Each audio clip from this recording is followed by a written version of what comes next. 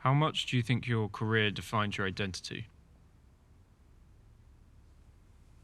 I've never, to be honest, I've never had two identities. I know a lot of people, they have an identity for themselves and they have an identity that is in the public eye. I'm not trying to bullshit anyone about who I am. What I put out there is pretty much me, whether people like it and whether they don't. So I've never really let the industry or the industry I'm in define me.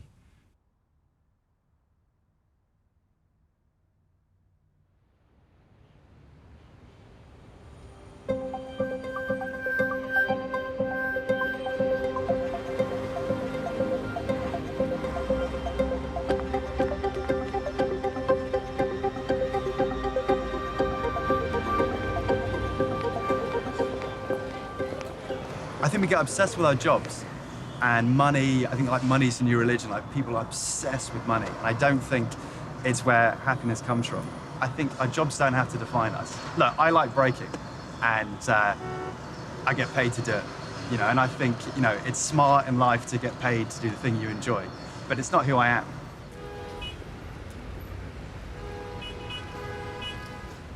Things that I used to worry about the most are not the things that really matter in life. You know, when something truly awful happens to you, it's something you've never worried about a second in your life. You know, it's just totally out of the blue, something you're completely unprepared for. Those are the things that rock your world. The stuff you spend your life getting super anxious about, I think ultimately probably aren't really worth worrying about too much. Oh, I'm not going to go into the specifics. I think, you know, everyone likes to air their dirty laundry in public. I've dealt with it, I've talked about it, and I'm happy with that. But it's, you know, my personal life's my personal life, and my public life's my public life. Are you in the public eye? No, I think I just met you 5 minutes ago. I'm not, you know, I'm being as authentic as I can be with a complete stranger.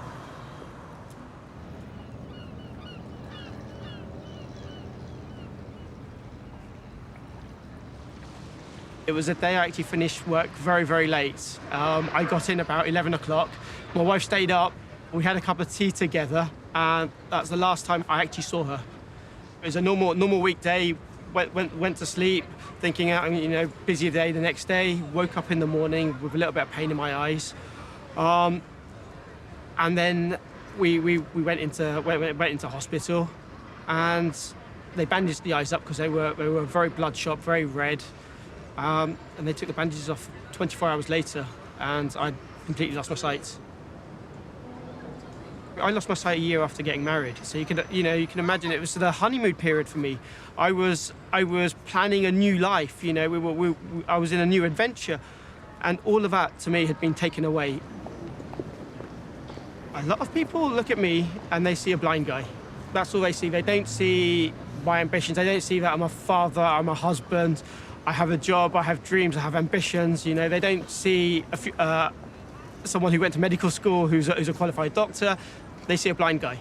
And that's the hardest thing, to try and convince someone to see differently. As a guy, I'm the one who brings the money into the house. I'm the one who supports the family. And when I lost my sight, I lost all of that. What makes you human? Do you know what makes me human? I bleed like everybody else. I suffer like everybody else. I'm happy like everybody else. I think to be human, you kind of need to experience all of that. You need to experience the pain and the happiness and the joy in life. I can walk down the road and it could be a really horrible day, but in my head the sun is shining, the weather is better, the flowers are out, the trees have got leaves on them. I can manipulate what I can hear to make it feel better for me and put a smile on my, you know. So I think I've adapted to living as a blind guy, and I don't have any residual vision. I literally live in a grey mist, and that's it. But I'm happy with that.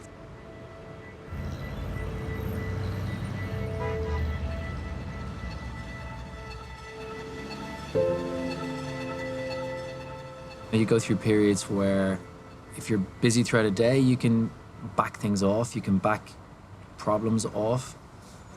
But then once you turn a light off and it's just you and your brain on your own in a dark room, it can, that's when my wheels start to turn a bit quicker than I'd like them to. That can become a real problem. when you start to believe the voices in your head that, like, not the voices in your head, the voice on your shoulder that's telling you you're rubbish. There's times I've completely psyched myself out of a job before it started. I made myself ill. You know, I was so sick, I felt so nauseous, and I had headaches and wasn't sleeping. Because I felt like I was a fraud and that I had gotten the job for X, Y, and Z reasons, not on merit, and that I'd be found out. You know, I'd never work again, and this was before I'd opened my mouth about it. You said you didn't have many friends at school. What would you say loneliness is to you?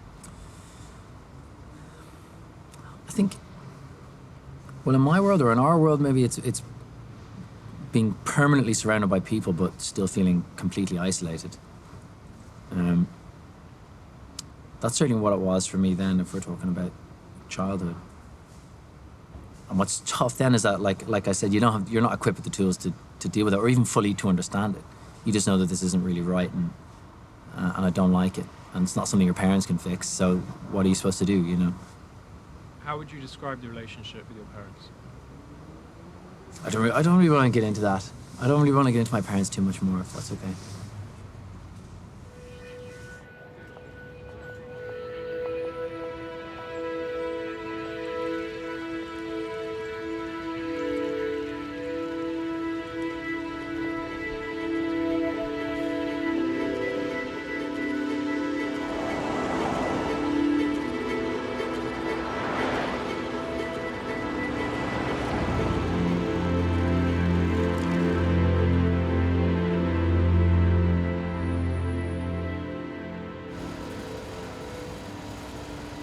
I was 18 years old, new to a big city. I didn't really know what to do. I'm going to meet people, I'm going to go out drinking, and that led to me getting myself in very uncomfortable situations. I was in Shoreditch somewhere, and I was left on my own. I went and sat on some steps. I was crying, and I asked a policeman to help me, and he didn't. He can't remember exactly what he said, but he just kind of dismissed me as like a drunken idiot. And then I went home, and that was one of the first times that I self-harmed. I cut myself with a kitchen knife.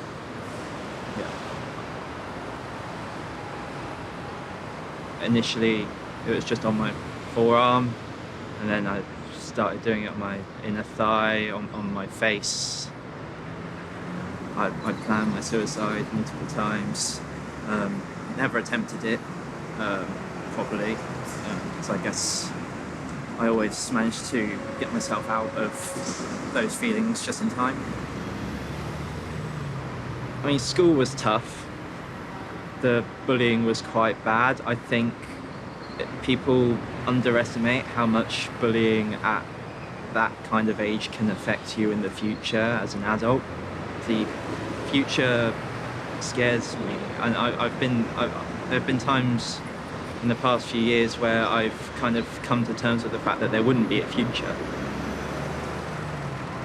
And I dropped out of university a couple of years ago, and at that point I was like, I've screwed everything up. I've lost the only thing which I thought I was good at. Like, my identity was taken away from me, and like, without that, what was I supposed to do, you know?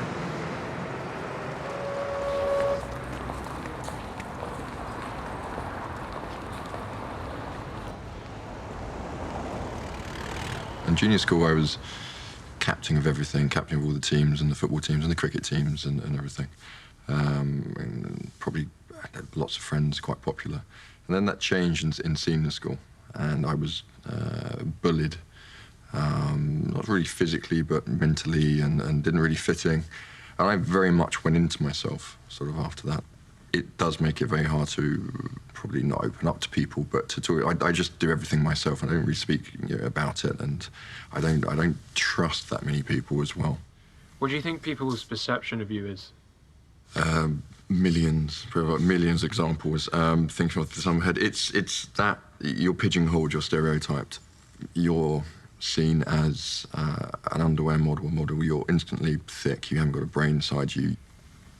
I was directing a film, and we had yachts and helicopters and everything for this film. And the guy who was in charge of all of those things, who kindly sort of like loaned it all to us for the film, they said to me, David, I'll be totally honest, when they came to me and said David Gann's directing, I was just like, why do I want the underwear model guy who sits around in his pants? Like, why do I want him around on my boats? What is this? When I heard there was this super yacht owner and you had all these toys, and did I have a stereotypical view of you? No, I just took you at face value. And you said that you learnt to rely on yourself and that you find it hard to trust people. Why did you think that is? I'm quite a loner. I've been in my industry for 16 years, and I said before, you're alone most of the time. You can go days without really talking to people. There's stresses, there's pressures, and sometimes it will just build and build and build over a number of months, and that will come out as anger, but it will come out with anger at the wrong point. So then it will be a very, very small thing that will light the fuse, and people are, why are you getting so angry? Why have you lost it at this thing, at this point? It's got nothing to do with that point whatsoever. You think you're alone. Everyone thinks that no one's had problems like mine. They're not feeling the same thing. And then when you start talking to people, everyone kind of like, oh God, yeah, that's so true. That's me. That happens to me. And I think younger guys are realising that, yeah, everyone's has been there before, and it's nothing new. But everyone has been scared. Everyone has been through tough situations.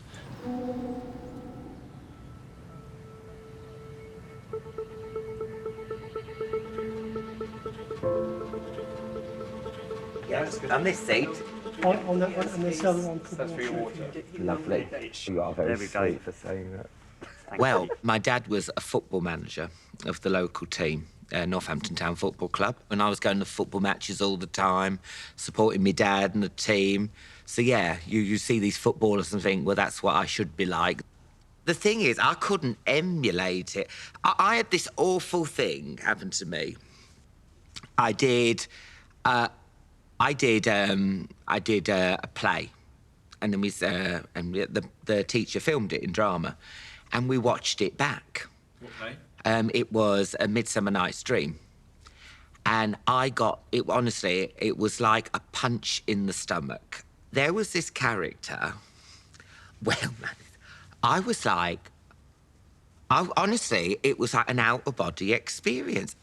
I was like, so that's why people are shouting Bender and Puff to me. Honestly, I didn't know I was like that.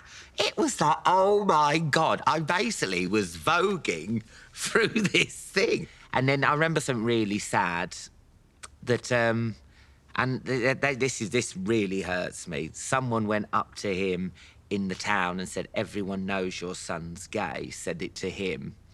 And that upset me, because then someone's used my sexuality as a weapon to attack my dad.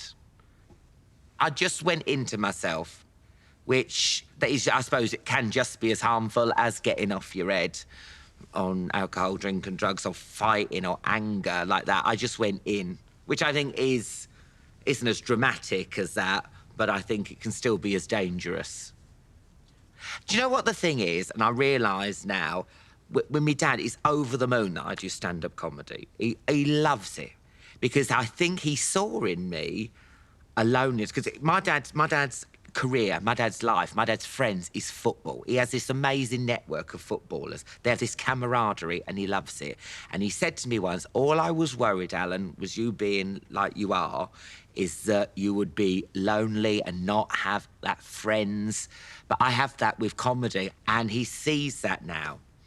And I get that buzz when I go on a stage, that he gets that buzz when he runs out the tunnel onto the pitch. And he gets that, and he goes, so he couldn't communicate. He's this northern man, he's a footballer, laddie. He doesn't know how to say that. But, I see now that's what he meant. He just wanted me to be happy and have what he had in the world of football.